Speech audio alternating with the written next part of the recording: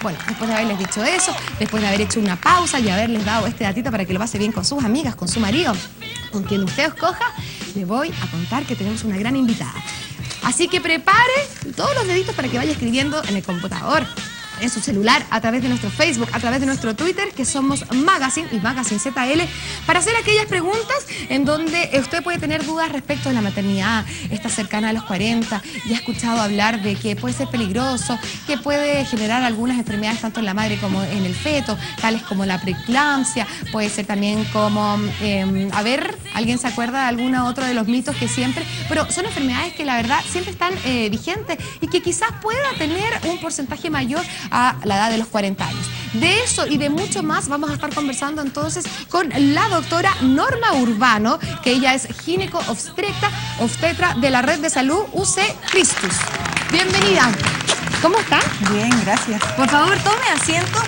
La doctora Norma nos va a estar acompañando hoy día porque precisamente de eso y mucho más queremos estar conversando, porque hay veces en que por razones ya sea físicas, ya sea laborales o porque no hemos encontrado quizás a la media naranja, hemos postergado la maternidad y nos vemos cercana o rondeando los 40 años. Y también rondean todos esos mitos acerca de que puede ser peligroso, nos puede hacer daño, podemos ir en contra de la salud del feto y mucho más.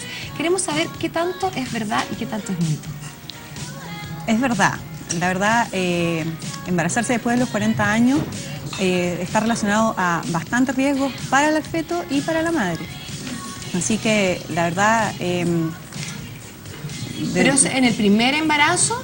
Digamos, si una mamá ya tuvo hijos, como estábamos revisando en el ranking, tuvo hijos a los 33 y después esperó un par de años y está cercana a los 40 y quiere ser madre de nuevo. ¿Corren los mismos riesgos de una primeriza?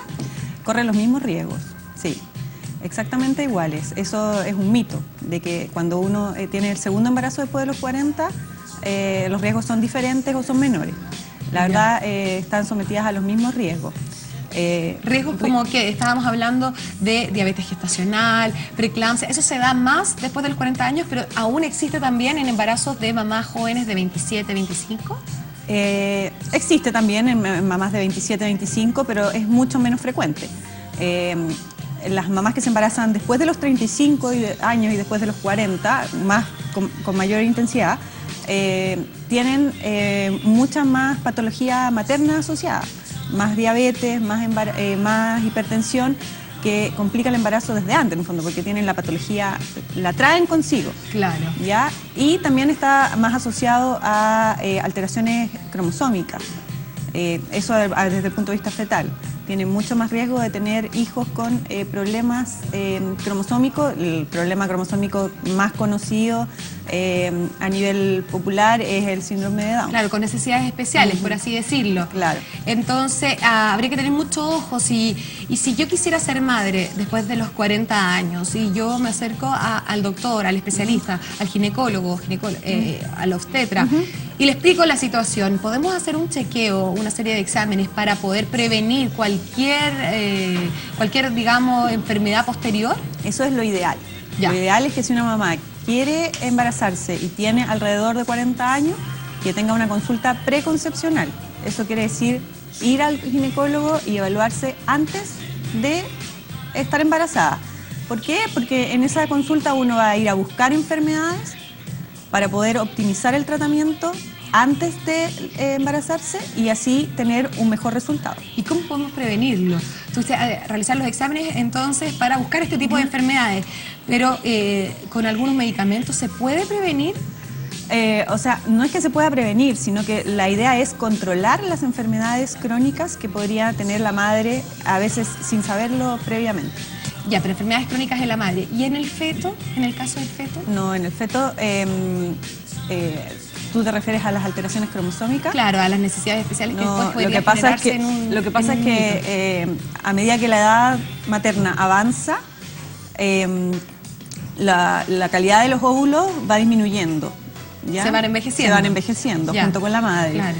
Entonces, al ir envejeciendo junto con la madre, las divisiones que se producen de este huevito cuando se va a fertilizar, pueden producirse alteraciones y eso es imposible de dilucidar antes de que ocurra. Exactamente. Y ¿Qué edad es la recomendable para quedar embarazada?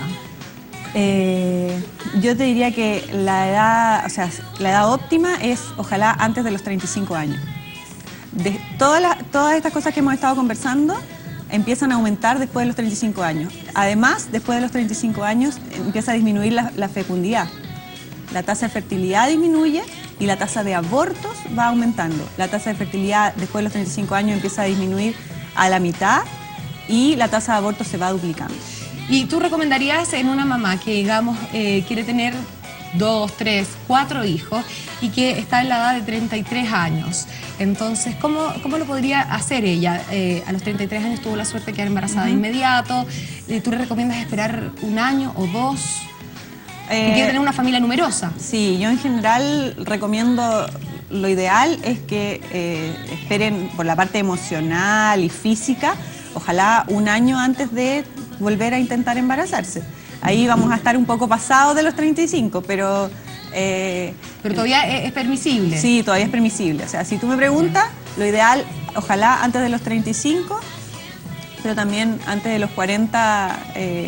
los riesgos también, los riesgos van aumentando después de los 35 y mucho más después de los 40. Entonces, óptimamente antes de los 40 años. Antes de los 40. Después de los 40, ojalá que no. Y si es que es así, obviamente acudir a algún especialista que nos guíe o guíe a la persona que quiere ser madre, y sobre todo si es en esta primera ocasión.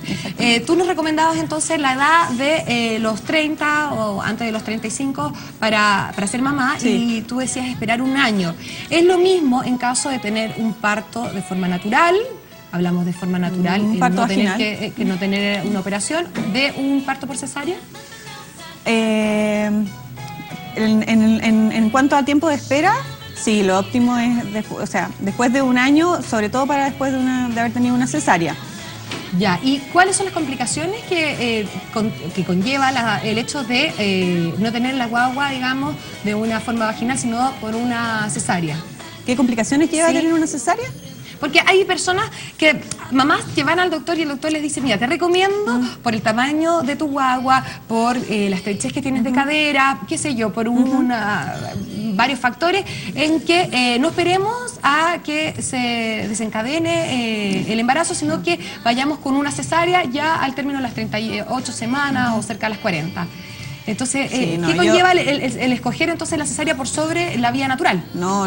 Yo soy eminentemente obstetra, así que yo te voy a decir que como primera opción siempre es lo que le ofrecemos a las pacientes, por lo menos en un lugar donde yo trabajo, es un parto vaginal. Y esa es la primera opción. Y por los riesgos, porque tiene mucho menos riesgo y es mucho menos... impactante para una paciente tener un parto vaginal, que es muy fisiológico, que tener una cesárea. Es como sentir que estás tú, como literalmente lo dice la palabra, pariendo entonces a tu crío. Y de la operación directamente no sientes casi nada, ¿no? La cirugía tiene muchos más riesgos. ¿Qué tipo de riesgo? Tiene riesgos de sangrado, riesgos de que se te infecte la herida. La incorporación de las pacientes posterior a un parto es mucho mejor en un parto que en una cesárea. ¿Cómo incorporación? El retomar sus actividades, digamos. Ya. Es más demoroso el hecho de tener una cesárea porque es una operación, me imagino. Te duele más. Ya. Y recuperar la tonicidad del cuerpo, recuperar que todo vuelva a su lugar, porque los órganos todos se van movilizando entonces para poder gestar y darle espacio a esta criatura. Entonces, el lograr obtener de nuevo el cuerpo, ¿se demora 10 a un año? ¿O cuánto? No, lograr volver al cuerpo... El puerperio dura 40 días, ya, que es el periodo en que todos los órganos vuelven a el estado preembarazo. Da lo mismo si es por cesárea o si es por un parto vaginal. Se demora 40 días. Y en general la mayoría de las pacientes están de alta después de esos 40 días y ahí ya pueden retomar sus actividades habituales, deportivas o lo que sea para poder retomar la tonicidad y las cosas que tú estás mencionando. Pero, ¿y por qué en algunas ocasiones vemos que después de los 40 las mamás tienden a tener mellizos o gemelos? ¿Es porque son asesoradas por un obstetra? No, lo que pasa es que va cambiando efectivamente, como tú dices, después de los 40 años aumenta la tasa de embarazos gemelares que también son embarazos de alto riesgo. Y esos embarazos principalmente está dado porque aumentan también, después de los 40, como disminuye la fertilidad, aumentan las tasas de fertilización asistida. Perfecto. Y al aumentar las tasas de fertilización asistida, aumenta el número de embarazos gemelares. Claro. Y tú decías que son de alto riesgo. ¿Llegan a término estos embarazos? Llegan a término, pero tienen un riesgo mucho más alto que un embarazo único de tener partos prematuros. Alrededor de un 50% versus entre un 5 y un 12% que tienen los embarazos únicos. Y para cerrar entonces el tema de hoy, hablamos de que podemos tener a las guaguitas ya sea por parto vaginal, por cesárea, pueden ser gemelos.